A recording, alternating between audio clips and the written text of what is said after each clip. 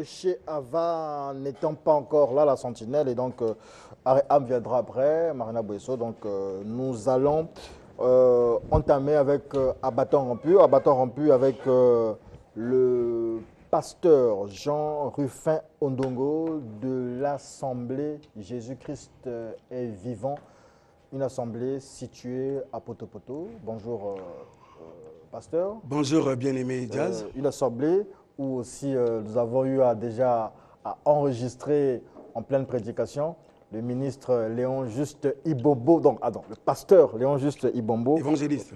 Il est évangéliste, voilà. Il est évangéliste de la nation, évangéliste aussi auprès dans le ministère de Dieu.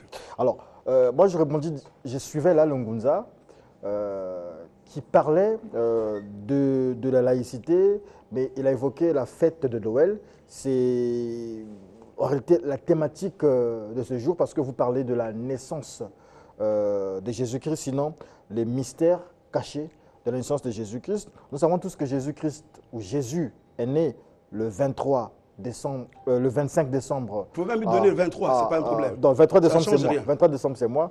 Le 25 décembre à Bethléem, d'une vierge qu'on appelle ou qu'on appelait Marie. Son père s'appelle Dieu et le mari de son père s'appelle Joseph. Dès sa naissance, Jésus a été combattu jusqu'à ce que pendant ces 2 ans, il s'enfuit, il est emmené en cachette en Égypte, etc.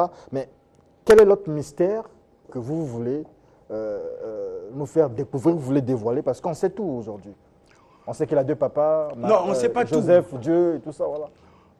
On ne sait pas tout, on connaît en partie, on prophétise en partie. Personne n'a le monopole de la vérité. Vous voyez, même celui qui vient de parler là, pour dire qu'il a été envoyé par qui? Quand j'entends des noms comme ça, et tout cela dénote un peu de, je peux dire, de la recherche de la vérité. Jusqu'à là, ils sont en train de rechercher la vérité. Mais Christ a dit, comme les autres, Mahomet, il dit chercher la vérité. Le Confucius, on dit chercher le chemin, je crois. Mais Christ a dit, il est la vérité. Il est le chemin, la vérité et la vie. C'est le seul à avoir dit cela. Si les Mahomet ont dit que chercher la vérité, ils cherchent encore la vérité, tout comme ceux qui chercher la vérité.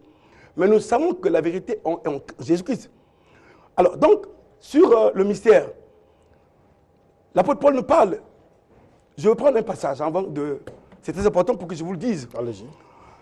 Je prends 1 Corinthiens 4, 1. On dit ainsi, donc, qu'on nous considère comme des serviteurs de Christ et des administrateurs des mystères de Dieu.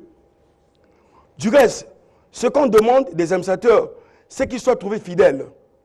Pour ma part, il m'importe très peu d'être jugé par vous ou par un tribunal humain. Bien plus, je ne me juge pas non plus moi-même. Ma conscience, il est vrai, ne me reproche rien. Mais ce n'est pas pour autant que je peux être considéré comme juste. Celui qui me juge, c'est le Seigneur. C'est pourquoi ne portez aucun jugement avant le moment fixé, avant le retour du Seigneur, car il mettra en lumière ce qui est caché dans les ténèbres et il dévoilera les intentions des cœurs. Et alors chacun recevra de Dieu la louange qui lui revient.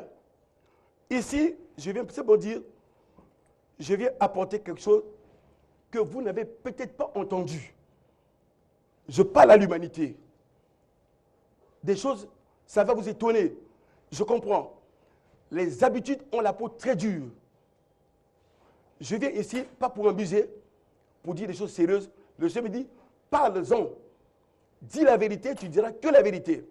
On attend la vérité depuis là. La vérité, je vous dis, la vérité se pose essentiellement sur la prophétique, sur l'historique et sur la biblique. Si les 3 éléments sont assemblés, c'est là où on parle de la vérité. C'est là où on permet à la vérité. Je veux vous dire une chose. Vous savez, lorsqu'on parle du mystère, le mystère, c'est quoi? Le mystère, ici, est entendu comme une vérité de foi inaccessible à la seule raison humaine. Et qui ne peut être connu que par une révélation divine. C'est ce qu'on appelle le mystère. C'est incompris des humains. Vous pouvez m'entendre. Mais je parle ici, le monde sait ce que je dis. Ce n'est pas pour les humains, vous n'allez pas comprendre ça. c'est Dieu qui me demande de parler de ça, pas pour les humains, vous comprenez, c'est peut-être 10 ans, 30 ans après. Vous parlez pour qui? Pour les extraterrestres? Je parle aux humains et à ceux qui comprennent pour qu'ils soient libérés. Pour comprendre cela. Si vous n'êtes pas l'Esprit de Dieu, vous ne comprendrez pas ce que je dirai aujourd'hui. Tenez, je vais d'abord sur un cas précis. Sur la vérité qui est inaccessible. Et nous voulons rendre ça accessible. Cette problématique est partie du fait que nous sommes posés un certain nombre de questions. Lesquelles?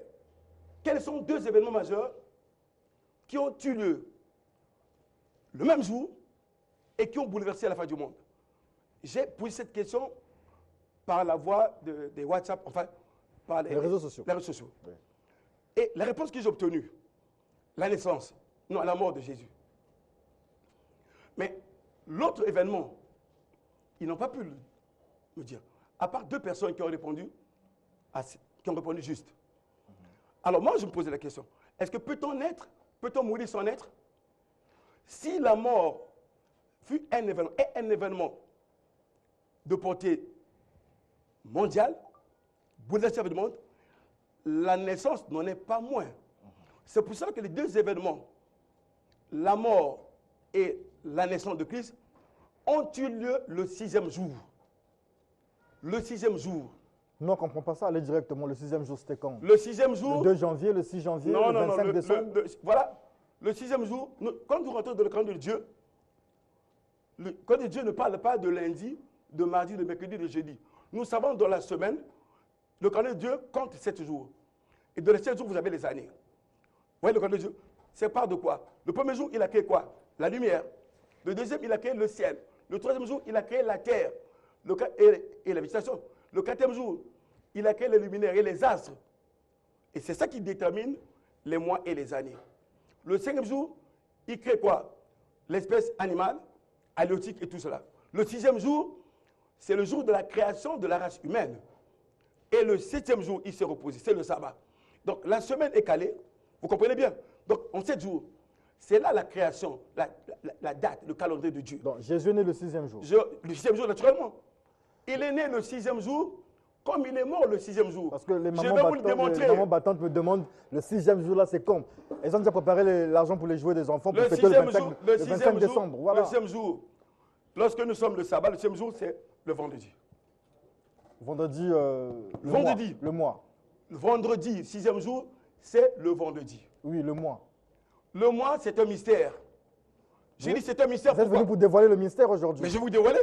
C'était quel mois? Attendez, soyez tranquille. N'ayez pas peur, pasteur. Dites c'est Dieu qui vous parle. Vous me connaissez, Jazz. Allez, pasteur. Nous avons commencé art et âme ici à cette télévision. Je vais prophétiser pour vous. Vous vous souvenez de ça? Je t'avais dit quoi? Mon petit, tu fais passer mon émission, tu passeras aux journaux de 20h. Toi, ça n'est pas arrivé? Si. Ah, toi, tu sais ça? Toi, tu sais, ça fait combien d'années? Si, c'est vrai, pasteur. J'ai dit des choses qui sont accomplis pour toi. Mais là, nous parlons d'abord de la naissance, du mystère de la naissance de Jésus. Regardez, j'ai dit tout de go que sous le calendrier grégorien là, vous n'aurez jamais l'exactitude de la date de Jésus. Et pourquoi?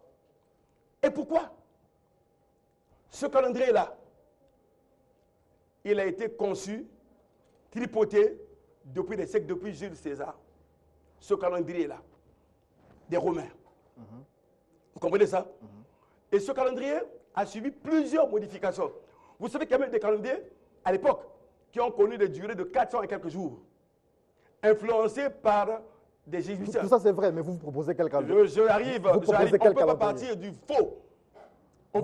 S'il vous plaît, on partit du faux, je posais la question. Est-ce que le mensonge peut défendre la vérité?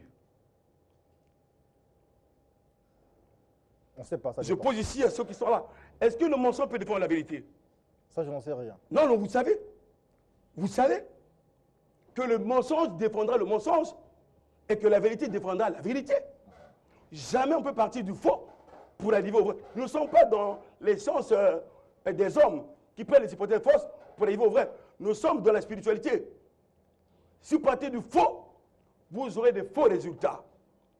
Et c'est pour ça que le calendrier grégorien qui a été bâti par le pape grégorien. C'est à rejeter. Je vous explique comment il est faux. Comment il est faux? Parce que Dieu a créé les jours. Il y a 7 jours. Le mois, c'est 7 fois 4. Ça fait 28 jours. Donc, l'ensemble de mois, de 12 mois, ça fait 336 jours. Ça, c'est le jour de Dieu. Multiplié, c'est simple. 28 jours, c'est le nombre de mois, nombre de jours de mois. Multiplié par 12, vous tomberez à 336 jours. Eux, ils sont venus pour ajouter à ces 336 jours, 30 jours ou 29 jours, pour y arriver, faites les calculs, à 365 jours ou 36 jours. On est les bisextiles. Ça veut dire quoi? Quand la Bible dit, n'ajoutez pas, ne retranché pas. Quand quelqu'un ajoute, comment on peut appeler ça? Il tombe là, dans le rejet de Dieu. Quand vous lisez Apocalypse 22, on vous dit qu'est-ce qu'ils sont? Apocalypse 22, pardon. Ceux qui ajoutent et ceux qui retranchent. Ils ont ajouté où? Dans la Bible? Ils ont ajouté. Dans la Bible? Mais ce sont des spirituels. On doit ajouter la Bible aujourd'hui, puisqu'ils ont ajouté ça dans la Bible. La Bible, suivez, la Bible, je vous parle des choses, prenant les hypothèses vraies. Je parle des choses sérieuses. Ce calendrier grégorien, je vous dis qu'elle n'est pas d'émanation de Dieu. Je vous explique. Tout ça, non, tout ça, non, je comprends. vous ne comprenez mais pas. qu'est-ce que vous proposez? C'est vrai, tout le monde critique, tout le monde dénonce, mais vous proposez quel calendrier? Non, je vais vous dire une chose. Vous me devez déjà un mois, vous ne m'avez pas dit le mois, le 6e jour, mais pas le mois. Je vais vous dire une le dette piège. déjà. Attendez. Deuxième dette, votre calendrier sur lequel je vais vous dire devez ceci. proposer. Je pars d'abord du principe que le calendrier actuel qui nous est présenté, ce calendrier actuel ne nous amènera jamais à déterminer la date de Jésus-Christ. Okay. Vous n'aurez jamais, même les siècles passés, les astronomes ont cherché au XXe siècle à voir, mais il y a eu beaucoup d'incohérences du point de vue évangélique. Ils n'ont pas pu. Ça ne date pas d'aujourd'hui. Ça veut dire quoi? Christ, quand vous voulez parler de calendrier, j'ai dit que ce calendrier, pour la naissance de Christ, pour mieux comprendre, Christ est né quand? Parce qu'il y a des événements historiques. Mais nous, on attend ça. Tout le monde a le peuple Christ est né pendant la Pentecôte. Or, est-ce qu'en décembre, on célèbre la Pentecôte? Est-ce qu'en décembre, c'est la Pentecôte? Christ est né pendant la Pentecôte. Vous voyez? Et sa conception a commencé quand? A commencé pendant les fêtes de tabernacle et les fêtes de trompette. Avez-vous entendu parler des fêtes de trompette, des fêtes de tabernacle et les fêtes de dédicace? Si vous ne comprenez pas ces choses-là, il vous est difficile de comprendre le message que je suis donné. Non, parce que je vous dis, c'est pas moi qu'il va falloir convaincre, c'est le peuple qui nous suit. Je suis en train de vous dire ces choses-là. Parce que eux, ils veulent des réponses exactes, concrètes. La réponse, je vous donne. La réponse, c'est quoi? C'est que le calendrier des hommes, là, ce calendrier-là, ne nous amènera jamais à déterminer la date exacte de Christ. Jamais. Parce que c'est parti du faux. Et tenez, il y a un piège. Quel est le piège qu'il y a? Il y a un piège dans ce calendrier, c'est pour ça que ça s'appelle mystère caché, que je révèle. Quand tu prends le calendrier des Juifs, ok? Le cas des Juifs, on dit, vous savez, par rapport au calcul, du point de vue prophétique, du point de vue historique et biblique, vous allez voir la cohérence de ce que je suis en train de développer. Le temps nous ment, fait défaut. Mais je dis simplement que par rapport à cette date-là, on dit il est né le 6e jour. Le 6e jour. Quel mois? Or, en Israël, on parle du mois de Sivan. Il est né le 6e jour du mois de Sivan. Le mois de Sivan, les gens l'amènent pour dire le mois de Sivan ne correspond au mois de juin. Vous comprenez? Le mois de Sivan correspond au mois de juin. Il est né le 6 juin. Donc, je ne confie pas cela. C'est ce que vous nous dites. Je ne vous le dis pas ça, je ne l'ai pas dit ça. Quel est le piège qu'il y a dans le mystère caché? C'est que vous avez le 6 juin. De quelle année? De quelle année? Quand vous ajoutez le 6 là, ça vous fait le 666. Ça veut dire que le calendrier actuel est d'essence satanique et démoniaque, qui n'est pas conçu pour honorer le Christ. Je vais vous démontrer. Vous proposez quoi? Non, vous proposez quoi? Je vous démontre. Non, je fais d'abord la démonstration parce que vous voulez aller au but. Moi, je vais vous faire comment? Écoutez, j'ai posé la deuxième question au monde. Oui. Expliquez-moi, qu'est-ce que cela signifie janvier? Quelle est la signification que l'on donne au nom janvier? février, mars, avril, mai, juin, juillet, août, septembre, octobre, novembre, décembre. J'ai cherché et j'ai trouvé les réponses. Vous savez ça, Diaz? Vous avez trouvé les réponses des magiciens, ça c'est les réponses Pas des les magiciens. Non, non, non, Vous c'est partez prendre les réponses des magiciens pour nous envoyer. Je fais le coup de magicien pour quoi? C'est écrit. Même dans les ce n'est pas des magiciens qui ont écrit ça. Je vais vous dire des choses que signifie janvier. Ça veut dire janvier, c'est un dieu, on l'appelle Dieu Janus. Mais ça, les magiciens m'ont déjà appris ça. Non, je vous dis cela. Les magiciens ont appris cela. Mais Vous avez copié chez les magiciens. Mais justement, c'est eux qui sont ensemble. Puisqu'ils utilisaient les magiciens.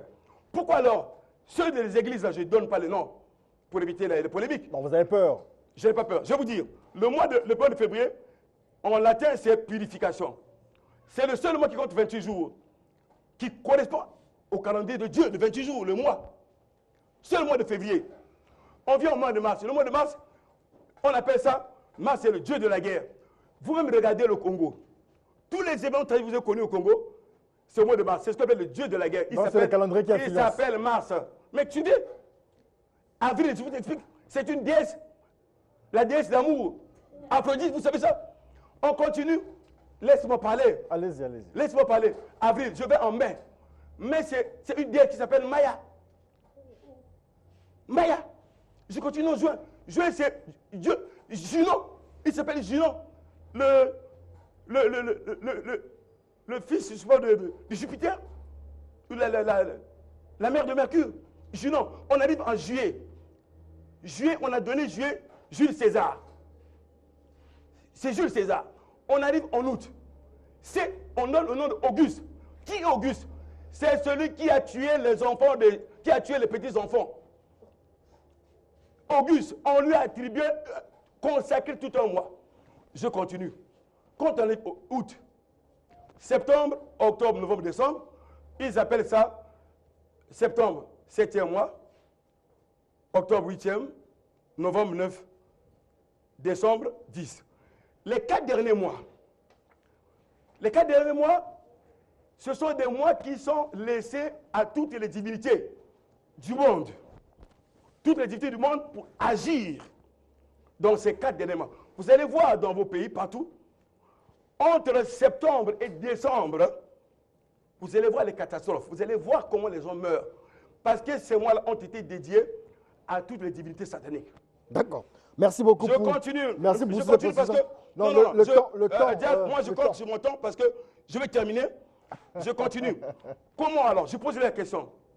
Pourquoi, si c'est l'Église, pourquoi alors ils ont divinisé ces gens-là au détriment des apôtres? Comment peut-on concevoir un calendrier en divinisant ceux qui ont tué ce qu'on appelle le déisme? Tous ces gens-là, c'est de la mythologie grecque et romaine. Comment peut-on consacrer des mois? Ça veut dire quoi? Tout ce que vous dites, pasteur, les gens, ils savent ça. Ils ne savent pas, ils ne savent pas. Mais vous nous apportez quoi de nouveau? S'ils savaient, ils n'allaient pas célébrer ce qu'ils sont en train de faire là. Ça veut dire que ce calendrier-là ce n'est pas tout le monde qui célèbre. Est conçu sur la base, je vous dis que c'est pour honorer les astres. Or, Dieu nous l'interdit. Dieu nous l'interdit ces choses-là. Est-ce que vous dites, j'ai dit que sur ce calendrier-là, vous n'aurez pas la date. La date de Christ, de sa naissance, j'ai dit, il est né le 6e jour, le 3e mois, le 6e jour, le 3e mois. Le 3e mois, on l'appelle le mois suivant. Okay. Si vous amenez, le pied c'est quoi? Si vous l'amenez à ce calendrier-là qui est faux, eh bien vous parlez de Jésus-Christ 666, le diable que vous adorez aujourd'hui. Merci beaucoup, pasteur Jean-Rufin Ondongo. Il y a des gens certainement qui voudront avoir plus de précision. Certainement, je pense que vous avez une campagne que vous organisez autour de cette thématique. Donnez vos contacts, ils vous appelleront directement. Je suis au 05 558 19 51. Vous pouvez passer par vous. De toute façon, on est amis. Hein. D'accord, mais ils peuvent vous venir directement. Merci beaucoup. Et un événement, ce sera du 4 au 12. Non, c'est du 4 décembre au 6 décembre, donc du 4 au 6 décembre 2019. Il s'agit donc de la COFEB, 3e édition 2019 à Brazzaville, une organisation du ministère d'évangélisation Gibulé par le biais des femmes bâtisseuses, les femmes bâtisseuses. Et donc, ce sera du 4 au 6 autour du thème « Lève-toi, toi qui dors ». Lève-toi, toi qui dors. Nous... Ah, réveille-toi, toi qui dors. Voilà, merci beaucoup de m'avoir d'abord porté ce correctif. Bonjour madame. Alors, vous pouvez vous présenter, le peuple vous suit en ce moment. Je suis maman Okombi Gabriel. Je suis de l'église Mège. Je suis ancienne dans l'église Mège. Vous n'êtes pas pasteur? Non. Ah, ancienne simplement. Ancienne, ça veut dire quoi? Après les pasteurs, c'est nous. Nous les anciens, après c'est les diacres. Ah, d'accord. Vous n'avez pas salué le pasteur, Jean-Claude? Vous pouvez le saluer en direct? Bonjour mon pasteur. Voilà. Alors, enchanté. Votre thème, succinctement, de quoi il s'agit? Quel est le message qui se cache derrière ce thème? Nous avons le message très important à adresser à toutes les femmes du Congo.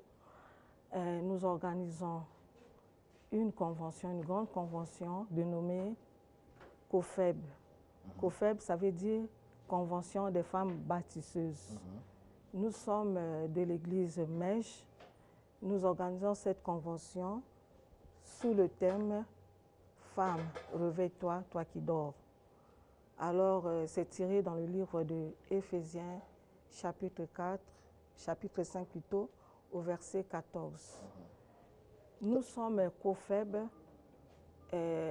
Notre but, c'est d'attirer les femmes à Christ. Notre but, c'est d'évangéliser, c'est d'instruire les femmes. Si nous avons tiré ce thème-là dans le livre d'Éphésiens, ce thème, ça veut dire que quelque part, on a vu que les femmes sont en train de dormir. Raison pour laquelle on s'est dit que le thème que nous avons cette année, c'est la 3e édition, c'est « Femme, réveille-toi, toi qui dors ». Raison pour laquelle nous sommes là. Vous invitez toutes les femmes? Nous invitons toutes les femmes. Les chrétiens seulement ou bien toutes les femmes? Toutes les femmes, toutes les femmes. Nous avons besoin de toutes les femmes.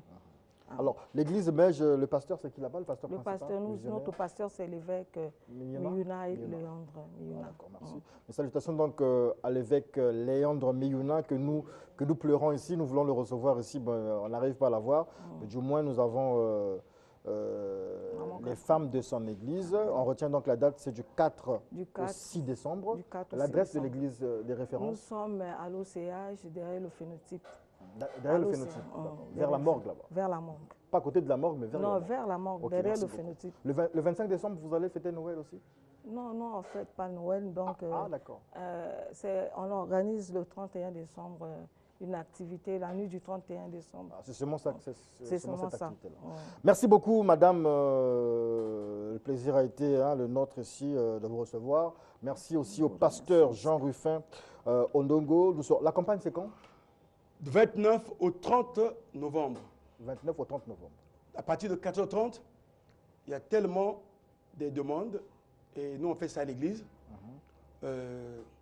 La taille n'est pas grande de l'église pour compter tout le monde, mais on aurait l'autorisation. Donc, on sera là. On invite tout le monde. Chez vous, c'est à quelle heure? Nous, c'est à partir de 15h. À partir de 15h. Le 4 au 6. Merci beaucoup. Donc, la suite, vous pouvez donner, on me dit là, vous pouvez donner aussi peut-être des contacts, si des gens pouvaient vous contact.